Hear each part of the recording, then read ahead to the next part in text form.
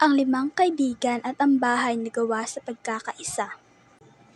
Ang kwento ng limang kaibigan ay nagtuturo sa atin na ang pagkakaisa ay mas mahalaga kaysa sa pagiging pinuno. Natutunan natin na ang pagtutulungan ay susi sa pagkamit ng mga layunin at pagpapalakas ng ating komunidad. Kaya, tandaan natin na gamitin ang ating mga natatanging kakayahan para magtulungan at magtagumpay. Ako ang pinakamatalino, kaya ako ang magiging pinuno.